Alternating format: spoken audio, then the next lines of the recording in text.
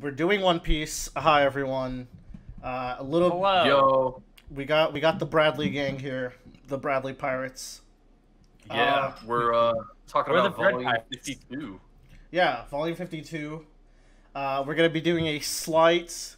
We're gonna do a little experiment with how we do these talks, where instead of going chapter by chapter, we're gonna go like major scene by major scene, and maybe that'll shave off a couple of minutes from the talks. But we'll still cover all the important parts. Yeah, I'll be leading the discussion, but I'm going to be tossing some curated questions towards our dear old Bradley. So 52 starts with the auction house scene, which I think a big takeaway from this scene is when Rayleigh shows up near the end, or dude. pretty early on. And the last volume, we talked a little bit about Rayleigh, but we didn't get to see him, right? Yeah. No, we did see him. Like, there's a whole close up on 500 that shows his face. Yeah. But we didn't see him do anything in action. And I think the previous volume also revealed that he used to be Roger's first mate. Yeah. And I just love the way the previous volume left off, because not only did we realize, oh shit, we're about to meet Roger's old first mate, also, like, it was just the perfect note to end the previous volume on, was Luffy punching a celestial dragon in the face, because you're like, oh my god. Yeah. The fallout as we get later into this volume was pretty severe for that punch. But a notable thing here is Rayleigh using what I think Bradley now knows as a certain force known as Haki here. Yeah. And man, but that's more of like a. They talk more about that in 53, don't they? But a little bit, yeah. But now you know. Yeah, like it's been used pretty sparingly in the story up till now. I think the first time that we saw it named was when Shanks went to go visit Whitebeard. Yeah. And you know, we see it a little bit more in this volume, and then in 53, it's actually kind of used and talked about extensively. So it's definitely. Blackbeard actually said the word hockey in Jaya, but it wasn't translated as hockey back then. I found that after the fact, so that's pretty interesting. But it was just kind of like a passing word. And this is pretty similar to how Luffy took down the big bull from last volume. Raiders fight. Yeah. 2 volumes ago. Duval's bull. He walks up to him, and then the bull just passes out, foaming at the mouth, which is very reminiscent of what's going on here. Yep. But that's the next notable thing, I think, is in chapter 504. I think it's more of the fallout from the auction house, but we do find out something that Joe was alluding to last time, which is that the auction house is owned by Doflamingo. Yeah, which was really interesting. Yeah. Because I've been wanting to know more about him, because I know he's supposed to be a very beloved warlord of the sea. And I don't know, like, whenever we have met him in the past, I really liked his energy. So I was like, I want to know what this guy does, you know? I like his energy. Yeah, Doflamingo is very beloved. He also spells out here, like, the Whitebeard Pirates versus the 7 Warlords of the Sea. Oh, yeah. That must have been pretty exciting to read those words on the page. There's also one thing here that's more for me and Willard that gets mentioned at this moment that comes, it's extremely important later, is something's actually introduced or like name dropped in this page. Shit. Willard. Yeah. In the one we're looking at? Interesting. Yeah. In the bottom right hand corner. So it's kind of interesting just thinking back that Oda has been planting all these different seeds going to the new world very, very early. And the way that Joe was taught, he saw this flag here last volume, and he's like, "Hey, that flag looks familiar." But now we get explicit, like that's Doflamingo's Jolly Roger. Is that no smile flag? We haven't seen it since Jaya, so it's pretty easy to forget. Yeah, but we also saw one other important thing. Yeah, but that's for later. Not worth bringing up. It's not. Yeah. And we get more explicit mentions of hockey, but the next big scene here in this volume is the 3 pirates versus the Marines. The 3 pirates being Luffy, Kid, and Law. And dude, these other pirate crews are part of what makes this whole auction house set of chapters so cool to me for two reasons. And like one of it is just to see other people in the world's reaction to Luffy acting how he always acts. That's true. Because throughout this volume and the next, there's a lot of instances of Luffy not knowing things that everyone else considers essential knowledge, but Luffy's very successful at what he does, and when he doesn't know these things, he's just like, yeah, I mean, I never really cared enough to look into it. And it hasn't come up in the story yet, says Luffy. Yeah, and man, you gotta love this part where Luffy, Eustace Kid, and Law are out here just bodying all these people, and I really like getting to see them like call upon their own crew members, like when Law calls upon his bear. Yeah, Beppo. Beppo. Because you really get the feel that these are other crews that had, you know, their entire journey and adventure throughout the Grand Line, just like the Straw Hats did, but just, you know, on one of the other courses. Yeah, I also really love really this cool. segment here is that we get into a look of how different each of them fight, not only their devil powers, but just how brutal they fucking are. Oh yeah, So, like, dude, Law is fucking terrifying. Whatever the hell he does is fucking scary. So Fucking from what we can bonkers. tell, Law makes a space in which you can swap shit. So we see here like cannonballs getting swapped with heads and body parts being swapped. And he's able to casually chop through people but not kill them. Oh yeah. Yeah. We'll And then, have to find out and more. And Kid then uses- Kid is obviously magnetism. yeah. I love his big ol' arm. Yeah, it's fucking terrifying. I love Kid. If we're going too fast, by the way, I know you got your sticky notes, Bradley. So bring us back if you got a sticky note that's good to mention. I will do this. Hey, look, Joe, it's Wire. Wire. Wire. Wire. Yeah, his name is Wire, and he's really something's come up with him recently, and it's just funny to see him. Y'all, I fucking love Beppo, and he just constantly goes, aye, aye. Yeah, Beppo's cute. But yeah, like the way Oda laid this out is kind of specifically to show like how similar these other crews kind of are to the Straw Hats, where you know they all have members you can depend upon. Where you know he calls out, you know, Kid calls out what's his name, Law calls out Beppo, and then Luffy. I think Luffy calls out Sanji. That's cool. And I'm just like, yeah, they all just have their fucking crewmates. He doesn't even call out Sanji. Sanji just shows up. He's like, "Oh, hey, Sanji." So oh yeah, dude, Sanji's just there, dude. Also, Lullaby Perry, let's go. I'm always here. It's back. There's a good exchange here that I wanted to bring up when Luffy says he wants to be king of the pirates, and they're like, "Man, it takes a lot of guts to say that." But we're seeing here promising rookies that are as like viable to become king of the pirates as Luffy could be. I think. The way the story is setting this up is clearly like these are Luffy's like contemporaries among like his generation of pirates, which is really cool. I believe Kid, Law, and Luffy have the top 3 bounties, or am I? No, I think Law's is not the second highest. Because I think Law is still down in like close to 100 million. Law is 200 million. Kid is above Law, but I think Hawkins is like 22. Okay. 2200 million. Like, I'll double check. Yeah, you can double check real quick because we get into I got the vibe. Or go ahead. Or yeah, I was gonna say like I know Kid has like the highest besides Luffy, or is he's higher than Luffy. Yeah. And like, you know, I don't want to knock Law. I don't want to knock Kid. Like, obviously he's really strong, but I got the vibe. The only reason his bounty is that high is that they just kind of go around like pillaging and killing and shit. Yeah. I think that's exactly it because they actively will attack. Okay. In a sense, while Luffy's this high because like he keeps fucking up the war world on order. He waged war on the world government. Which, you know what, fair enough. But the next scene that this leads us into is the Kuma showing up. Also, Jean Bart joins Law's crew here. I just think it's worth noting because we saw him last volume as just like a random slave in front of the auction house.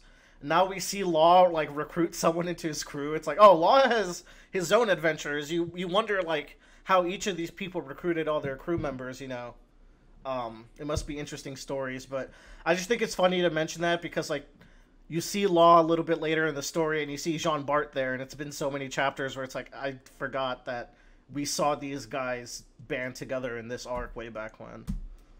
Yeah, and it's also cool because, for example, the other slaves that the Straw Hats helped free are like, they make a point of like, yo, we're not going to forget this. Like, we owe you one. So, it's really cool. Damn right. And man, Kuma showing up was such a bombshell because, they fought him in Thriller Bark, and I'm sitting here like, okay, this is going to be like Mihawk where like, in 300 chapters, we're going to get like another cameo of him. But then he ends up being like the most powerful fucking force, aside from the Admiral, of course, in this volume. Now, this is the real Kuma, which is worth noting. Yeah. Because later on in this volume, there's not real Kumas. You can tell, like, he's actually speaking, and he's taking off his gloves, so you know he's going to be pulling his shenanigans. But that's a pretty short encounter because a big chunk of this next section is actually the Straw Hats escaping and talking with Rayleigh. The first thing I really like about this section is Brooke being like, "Oh yeah, there was a rookie named Roger, maybe back in my days." Yeah, that's so cool because it makes sense that he wouldn't know about any of that. But for some reason I didn't think of that, and as soon as I read that panel I was like, oh shit, like he doesn't know. Yeah, you know what, he straight up does not know. Like, I don't think anyone's filled him in since now because they probably haven't talked about it, but yeah, he's like, what's a pirate king, what's an age of pirate? Like, yeah, there was a gold Roger floating around. We talked about last time how OG Brooke is because he was a pirate before it was even cool. I just like that. Oh yeah, right. He was just out, like, he wasn't out there trying to get a One Piece. He was just like, I'm just a fucking pirate, dude. Everyone has some pretty neat reactions to this. Like, Usopp and Nami know who it is, and so does Sanji. Robin knew all along. She's well educated. Frankie's is interesting to me. He doesn't say anything, but I always remember in the back of my mind that Frankie's parents were pirates who left him. Yeah. So I feel like, I don't know. I feel like that's setting up for something way later, but who knows? But also, Tom made the pirate Theodore Jackson. Yeah, that's true. That Gold Roger and his crew. So that's kind of like his dream ship that he wanted to surpass. So that man. But yeah. We find out that Roger turned himself in. Yeah, that's a huge bombshell. It's and that's so cool because I'm sitting here like, who the fuck is gonna be the guy who captured the most legendary pirate of all time? It's like, oh well, he wasn't captured, he turned himself in. And man, this is so cool also because not only is it like just a huge, like, cool reveal in the story, 500 something chapters in, that this guy you saw executed in the very first chapter, he turned himself in. First page.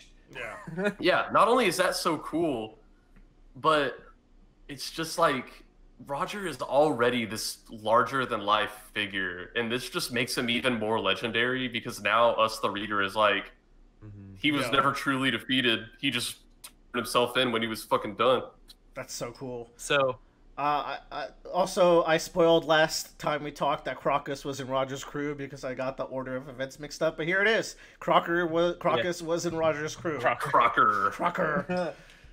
Yeah, he was in there. He must have been the head doctor of the ship because Crocus is a doctor, so that's cool. And it's so cool because every crew member gets something out of talking to Rayleigh. Yeah. Like, everybody. Like, because even Brooke here is like, oh, Crocus. Yeah, that's really really cool. Like, hey, I know him. You know him too. Is that Luffy eating a glizzy? I don't know what he's eating. Yes. Probably like a sausage. What is he eating? Like, it's a sausage and like maybe a full chicken leg. You never know with this boy. Something that stuck out to me is that Roger was afflicted by an illness and died shortly later, and we just had Brooks' cover or backstory where his captain died of something similar. So I wonder if it was a similar disease. I'm out here like a conspiracy theorist. I'm like, there's no way Roger getting sick was an accident. It has to be something. The government. I'm like, my man could never get sick. X-Files theme starts playing. It was a germ that had a devil fruit power. That's the only way. Germ fruit. What do you think? Go, Joe. Yeah. It's your turn. I was gonna say as an update, Eustace Kid is the one that has the most the high supernova bounty. Yeah. With Luffy following him, and then Basil Hawkins is at 249, but Law's at 200,000. So yeah. So just thought I did that. And you know what I love about Roger's character design is that it weirdly stands out so much because all the other designs in One Piece are so outlandish that he has like a very typical pirate design, but because of that, like he is the pirate. Like he's the most legendary pirate, and he looks the most like a pirate. His mustache looks so fucking iconic too. Like I think he looks so cool. Yeah. What do you think of his last words? Yeah, so these were the actual last words, right? Or was his last words like, hey, I left it all... The last thing he said to Rayleigh is, I won't die, partner. But then his last words at the gallows, in a different, like, weeks later, or however long it took, was the One Piece thing. But yeah, I guess him saying that to Rayleigh is like, he knew exactly what he was going to do. Like, he knew he was going to start this Age of the Pirates. That's what I think is what we're supposed to get from here. It's like, my will's gonna live on, and the will of D comes up later in this conversation too. Mm-hmm. But remember, Dr. Harlock has like the epitome of One Piece, which is a man doesn't die. When he dies, but he's forgotten. Yeah, and no one's ever gonna forget this motherfucker. Definitely no. Unforgettable. Notably, and it took me a while to realize this, he never named his treasure the One Piece. Nope. Yeah, interesting. But and I think some translations, like I think the 4Kids translation might like name drop One Piece or something. One Piece, yeah. But like if we're going by Viz's translation here, he just says that he left it in there. He left it there. Yeah. 4Kids is just like, I left it all in one piece. Winks at their camera.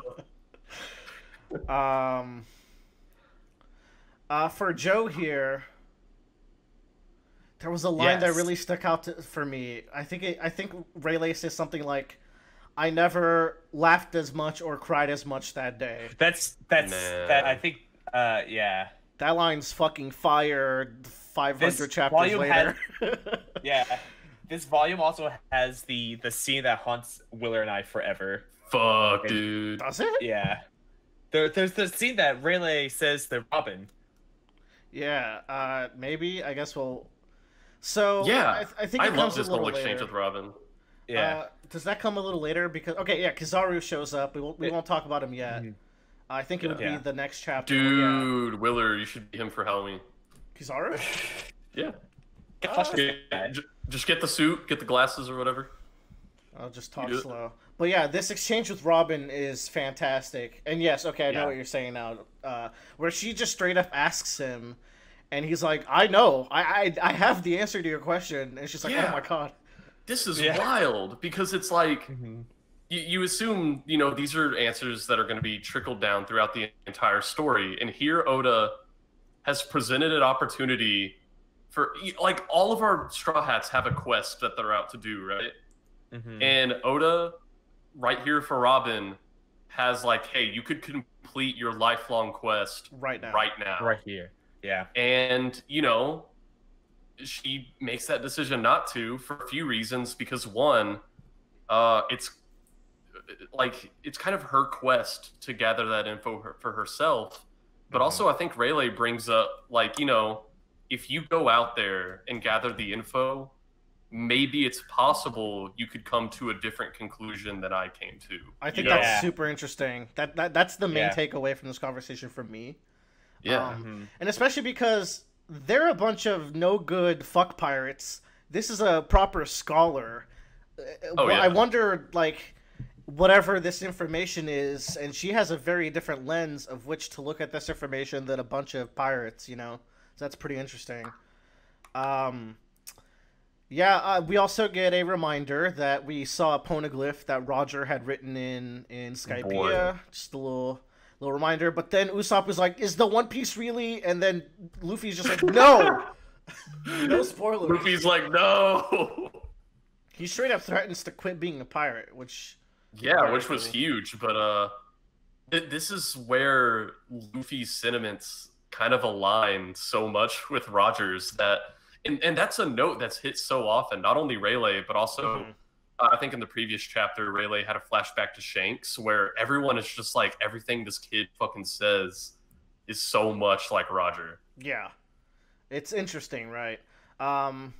It's also... Must be that Will of D at work. Must be that Will of D, whatever the hell. Double D. That wraps up around this conversation. I like how Frankie's like, I'm glad I met a crew member of the Oro Jackson. That's pretty sweet. But that just about transitions us into the second to last little phase here, which is the split up, meet back in 3 days. This will go well. And dude, this is like some of the most like tense fighting for our lives shit in One Piece. Yeah. But first... Yeah. But before the Straw Hats fight for their lives, it's the Kizaru Showcase Hour, where he just gets to style on all the supernovas. Yeah.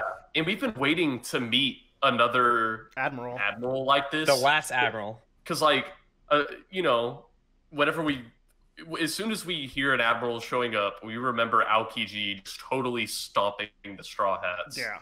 And so we're like, okay, we're meeting a new admiral. What's this guy going to do? And then you see him kick and just blow up a whole fucking island, Yeah, it's like, insane. Fuck this guy. So, okay. A couple of fun discussion topics we could have with this section.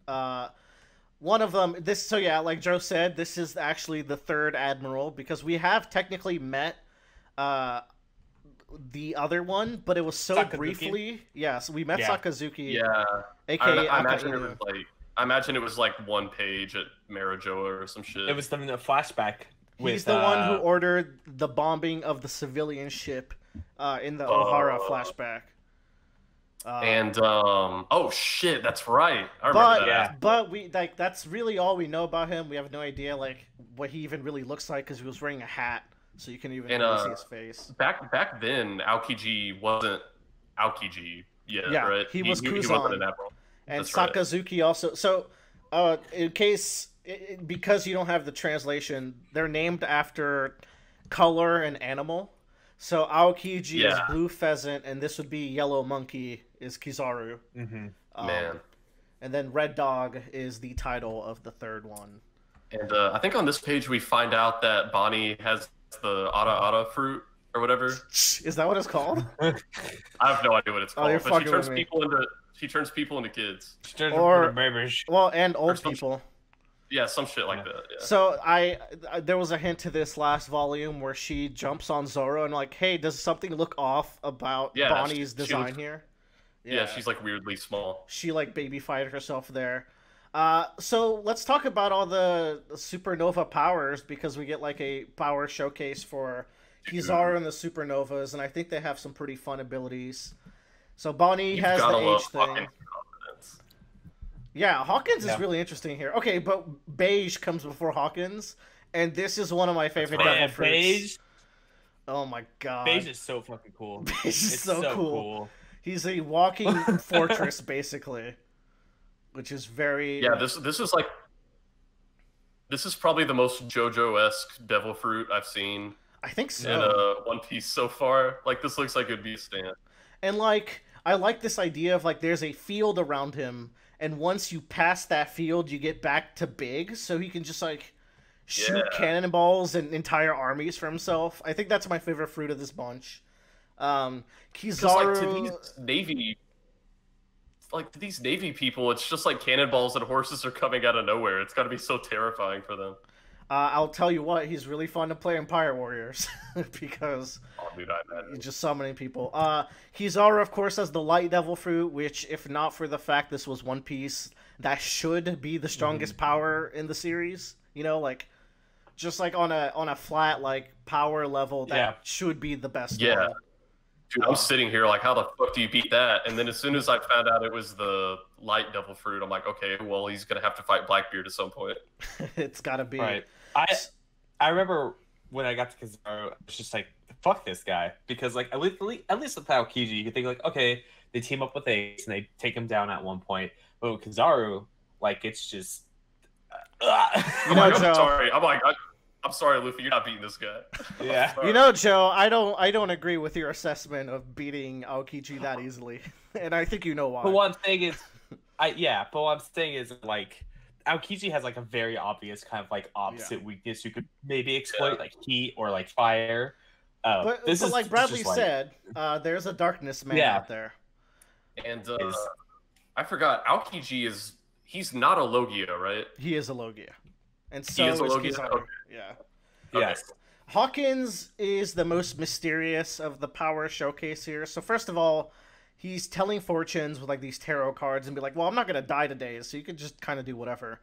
But there's this weird section where each time he gets like hit or otherwise killed, a random person gets killed instead.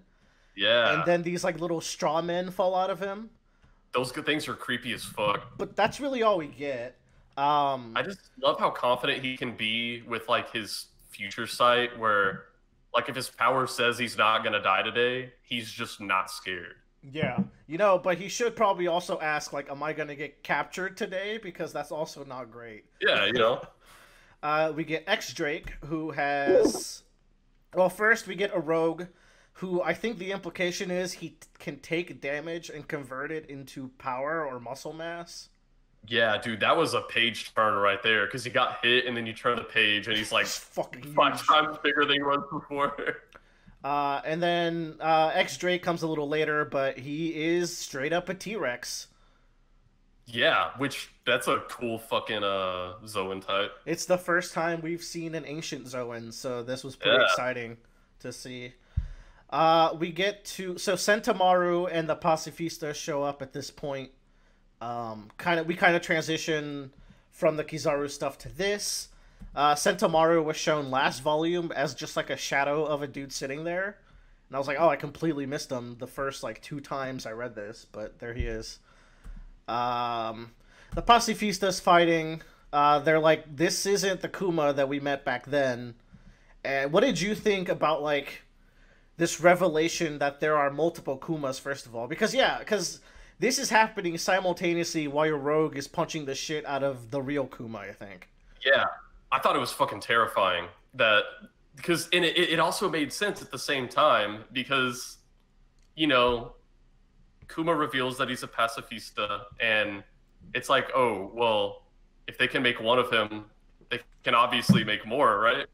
And so it's just a terrifying thought to think there's more than one of them out there. Now, I think what Kuma said is that he's like an advanced cyborg. He's like, I am a cyborg, but I'm nowhere close to Frankie.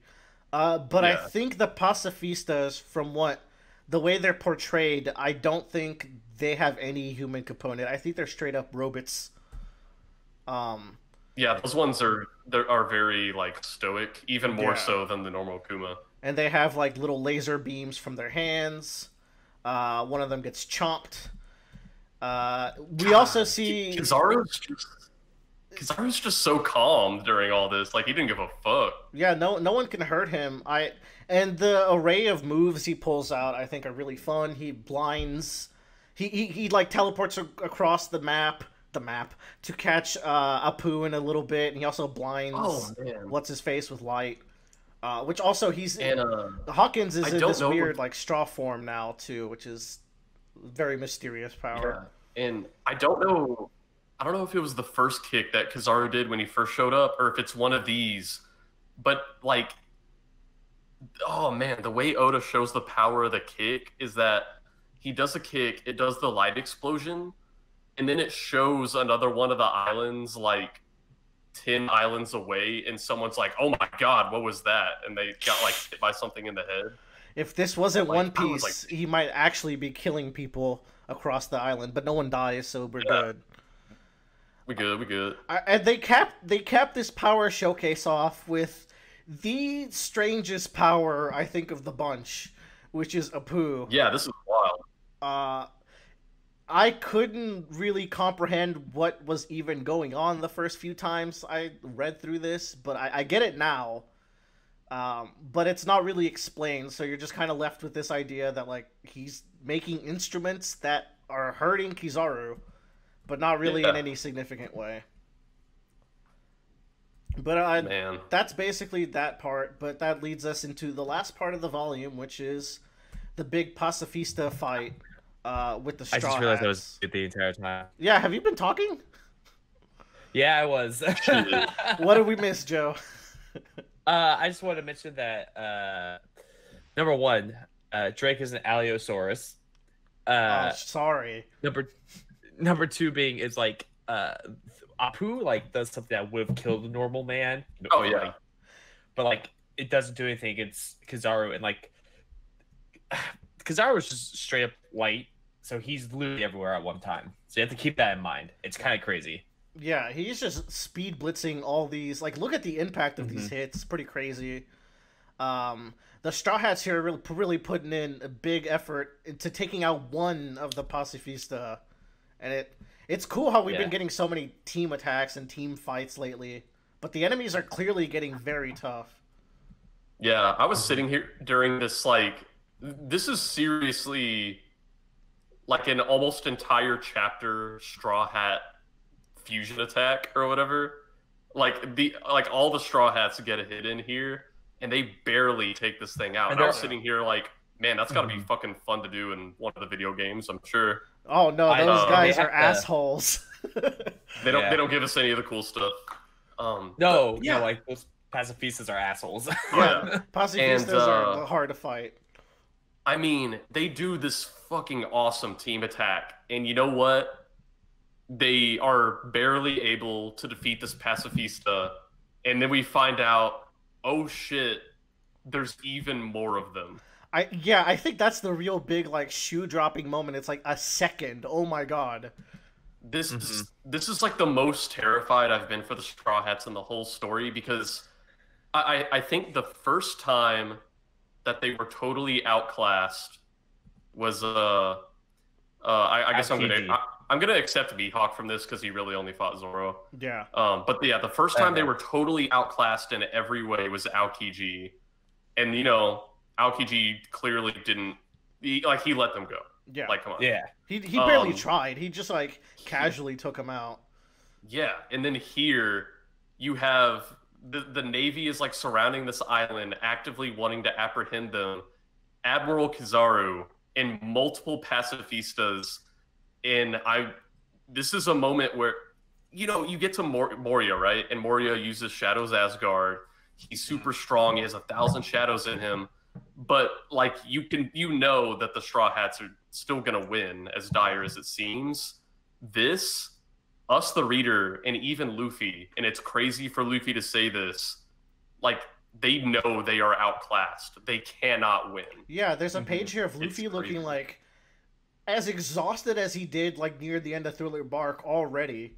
Also, I love how they see that this is PX4. It's kind of like the bombs in VLR, Bradley, where it's like, wait, bomb 2?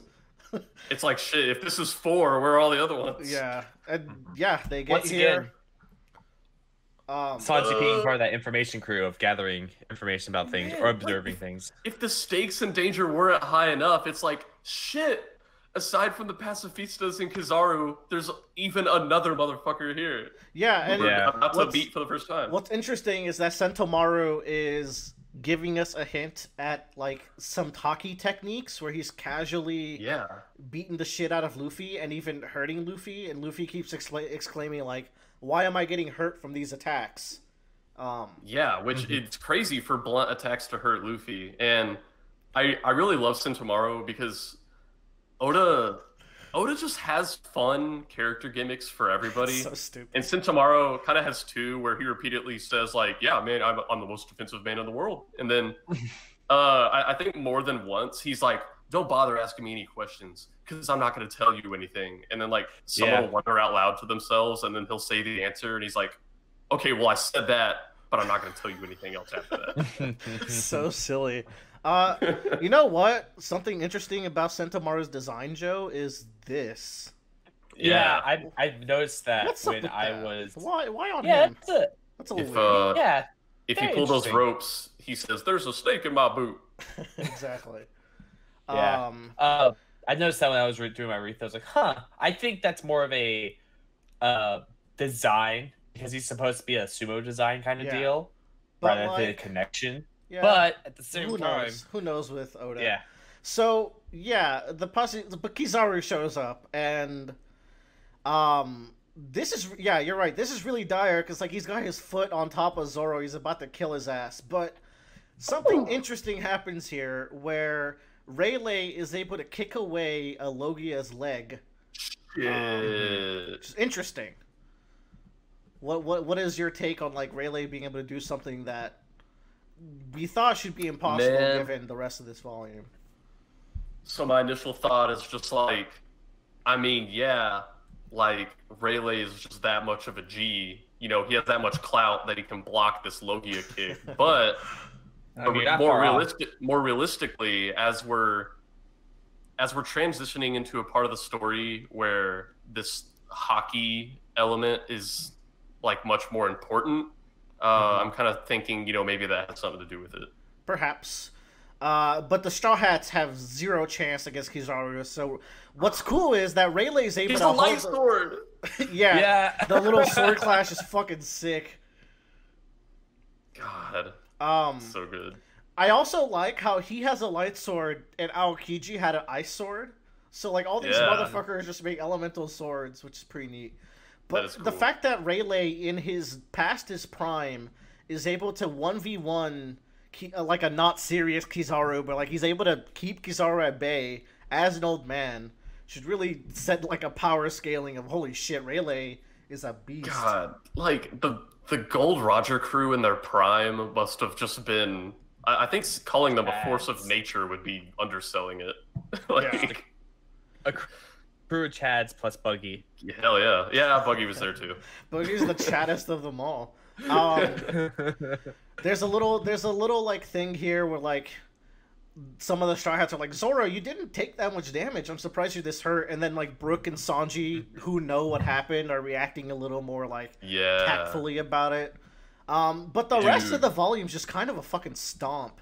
Dude, speaking of Brook, because Brook was doing some of his jokes there, I told Joe about this yesterday. I did a game of League of Legends, right?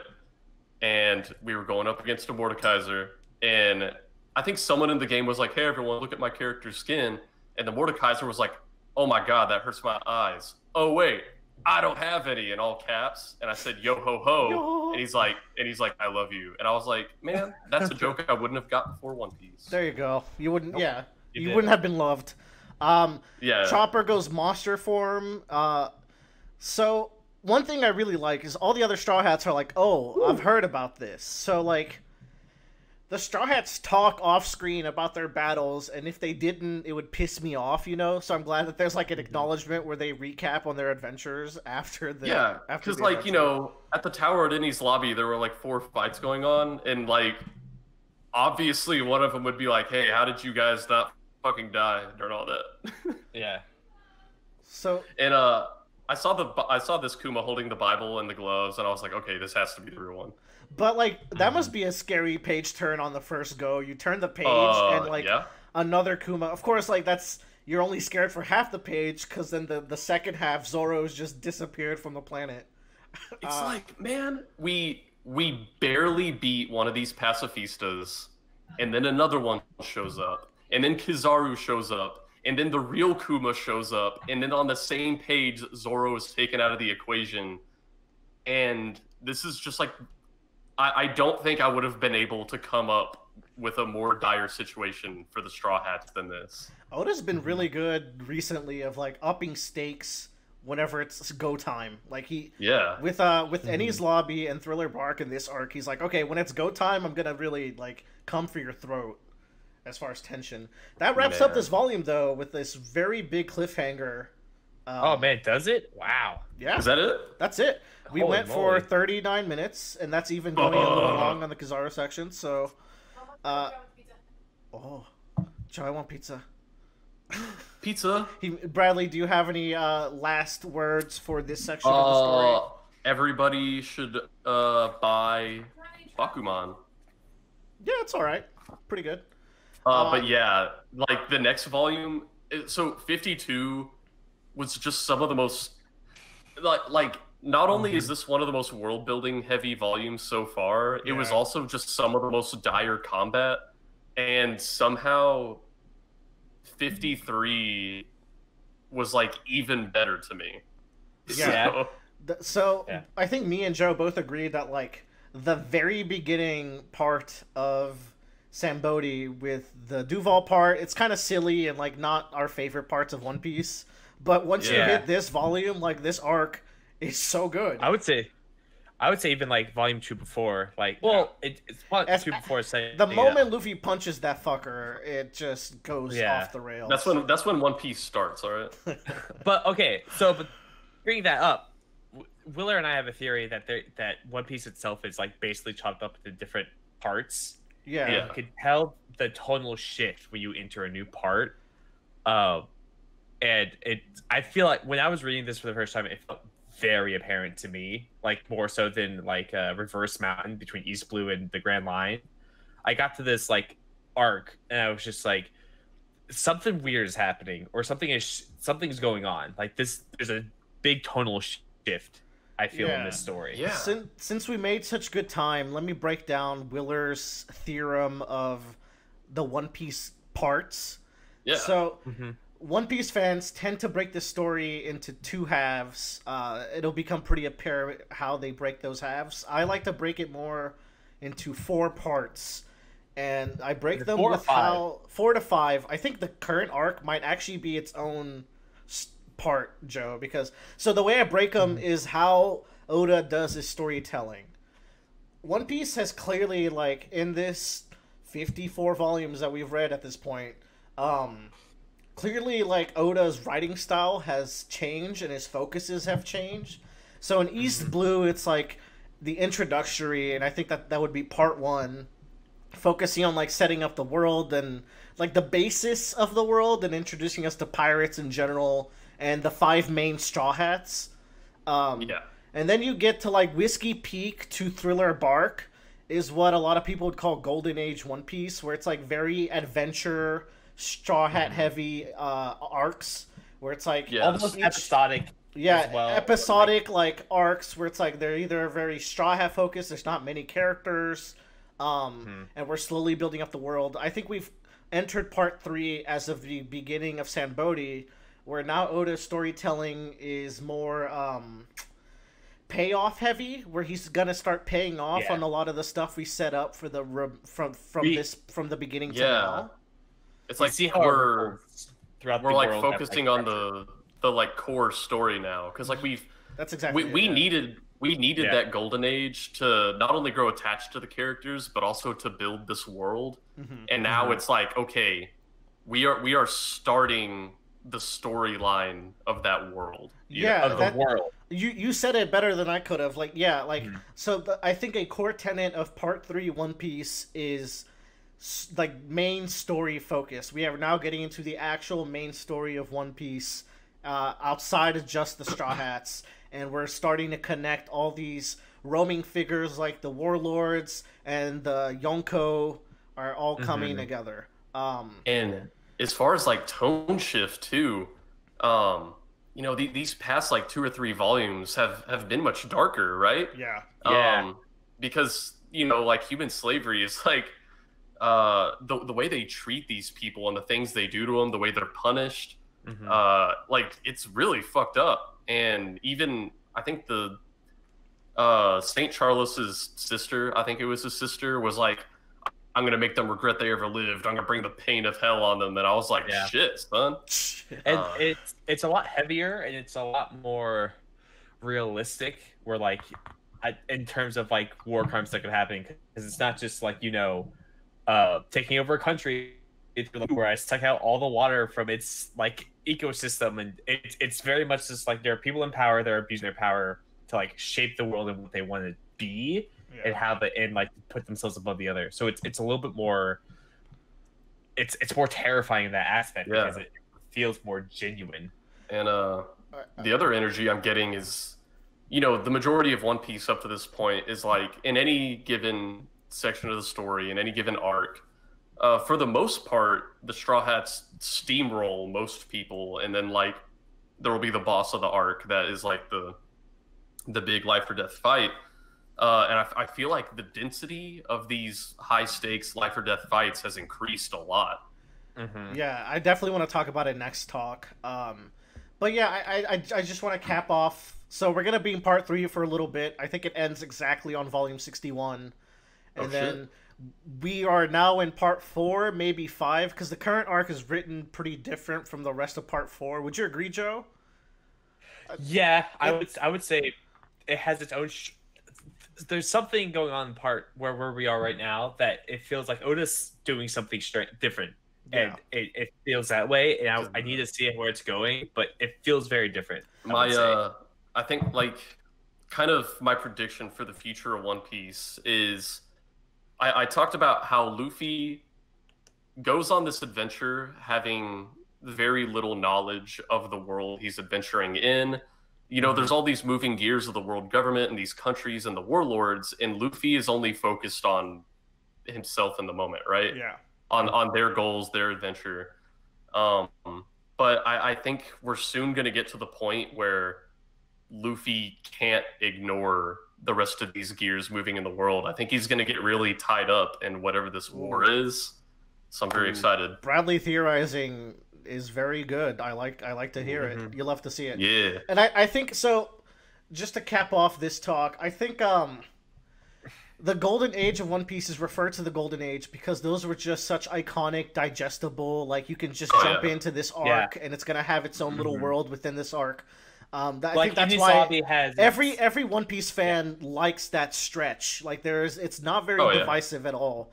But I think it's good that Oda changes his writing style because imagine we were 900 chapters in and he was still kind of like writing East Blue early Grand Line style stories. It might get old, So like, I think an artist needs to evolve and kind of not do the same thing. And I think Oda's done a really good job of like seamlessly doing that for 22 years. Kind of like how Araki has broken his story into literal parts, and each part he has a different writing style. Like, it's been evolving throughout the years. Style. Yeah, and drawing style. And Oda's been the same way. It's just kind of what happens when you're making art for so long. It also helps out in the journey in that it makes it feel like the journey is actually making progress, because if there's something different, you could look back and be like, I was here, I know how I was feeling at this point in One Piece, and this is how I'm feeling at this point in One Piece now. You can feel you have that emotional difference. So you do feel like there is a distance being traveled when you're reading this. Yeah, totally.